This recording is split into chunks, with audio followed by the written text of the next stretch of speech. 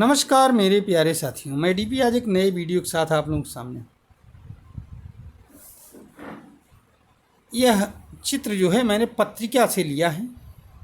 ये खबर बहुत सारे न्यूज़ चैनलों पर भी चली है, जैसे आज तक पर चली है, नवभारत टाइम्स पर चली है, एनबीटी पर चली है, हाँ,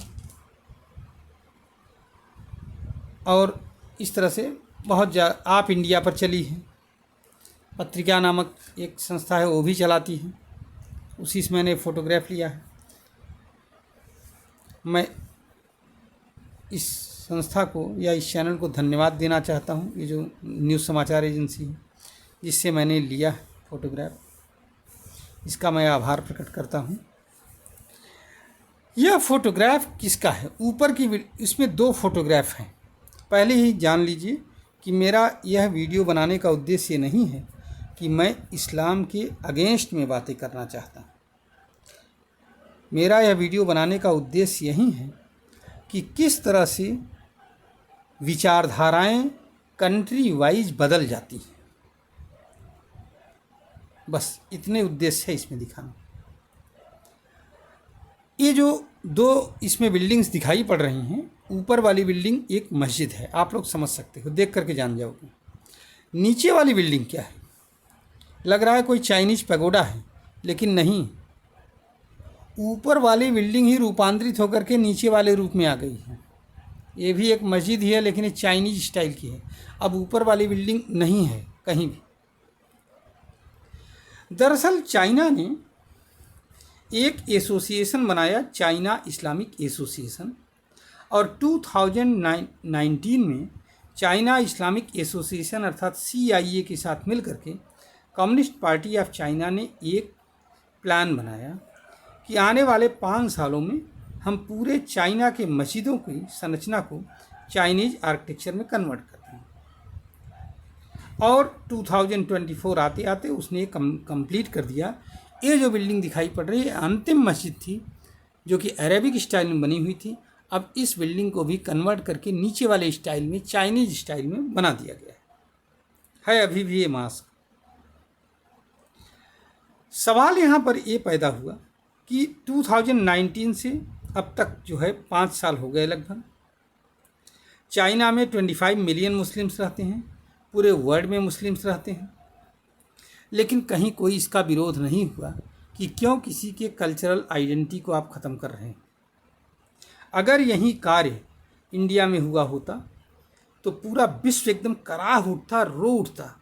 लेकिन अब न तो UN दिखाई पड़ रहा है, न टर्की दिखाई पड़ रहा है, न सऊदी दिखाई पड़ रहा है, न ईरान दिखाई पड़ रहा है, न ही ISIS संगठन दिखाई पड़ रहा है, न अलकायदा दिखाई पड़ रहा है, कतर भी नहीं दिखाई पड़ रहा है, कुवैत भी नहीं, कोई नहीं दिखाई पड़ रहा है, कोई बोल ही नहीं रहा है। ये जो विरोधाभास है, इस वीडियो के माध्यम से मैं यही दिखाना चाहता हूँ कि अगर यही काम कोई दूसरा कंट्री किया होता, इंडिया किया होता, तो सब विरोध में उतर आते। न्यूयॉर्क टाइम्स तक, अल जजीरा तक खुल करके इनको दिखाने लगता। लेकिन आप जा करके देख लीजिए किसी न्यूज़पेपर पर, न्यूज़ चैनल पर ये दिखाई जा रहा है? नहीं। सिर्फ कुछ इंडियन न्यूज़ चैनल दिखा रहे हैं और पाकिस्तान के कुछ चैनल दिखा रहे हैं, बस। बाकी और कहीं इसकी चर्चा नहीं हो रही। बाकी सारे पेपर्स इस पर छोटे छोटे कॉलम लिख करके अपनी खानापूर्ति कर रहे हैं, बस। BBC के पास भी समय नहीं है इसको दिखाने का। न वैसे हो किसी को छींक आ गई भारत में तो बस पहुंच जाएगा लेकर कैमरा। अब सवाल ये पैदा होता है कि इस अरेबिक स्टाइल को चाइनीज आर्किटेक्चर में क्यों कन्वर्ट कर दिया गया? तो चाइना ये कहता है कि कंट्री की आइडेंटिटी एक होनी चाहिए। कोई मुस्लिम वहाँ पर विरोध में क्यों नहीं उतरा? क्योंकि वहाँ दमन के शिकार हैं सब। अगर आप विरोध करोगे, आपके पास विरोध करने का राइट नहीं है, विरोध करने की जगह आपकी जेल के अंदर है। 1966 में एक प्लान तैयार हुआ कि चाइनीज कल्चरल रिवॉल्यूशन, और इसके तहत 66 से 76 तक कल्चरल रिवॉल्यूशन चाइना में ले आया जाएगा। इसमें कुछ मुस्लिम ग्रुपों ने इसका विरोध किया था, जिसमें उइगर्स वगैरह थे। उइगर्स के अलावा थे हुई मुस्लिम एक पाए जाते हैं वहाँ पर, हुई, HUI, हुई मुस्लिम। उइगर तो है ही। उन्होंने विरोध किया बस चाइना ने पीएलए उतार दिया, पीपल्स लिबरेशन आर्मी, और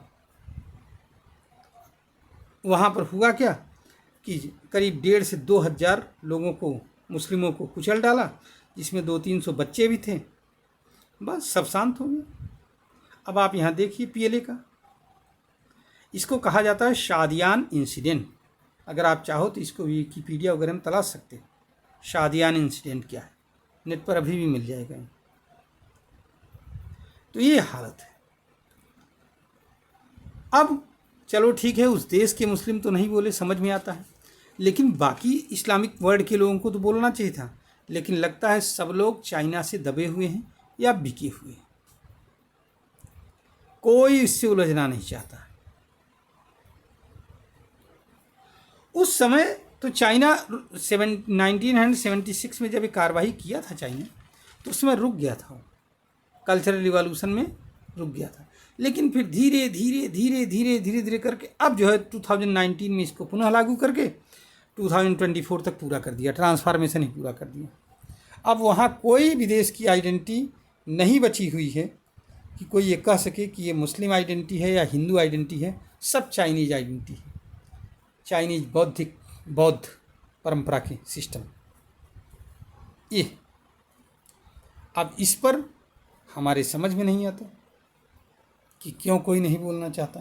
भारत में तो खैर इलेक्शन का टाइम है, लेकिन बाकी विश्व में थोड़े इलेक्शन का टाइम है। उम्मीद है कि लोगों का ध्यान इस पर जाएगा और इस पर कमेंट जरूर करेंगे। बड़े बड़े इस्लामिक विद्वान जो बोलते हैं वो सब बोलें। मैं पुनः एक बार कह देना चाहता हूँ कि मेरा उद्देश्य किसी की भावनाओं को ठेस पहुँचाना नहीं है, बल्कि सत्य को रखना है कि वास्तव में कैसे नैरेटिव, कंट्री वाइज कैसे नैरेटिव बदलते हैं।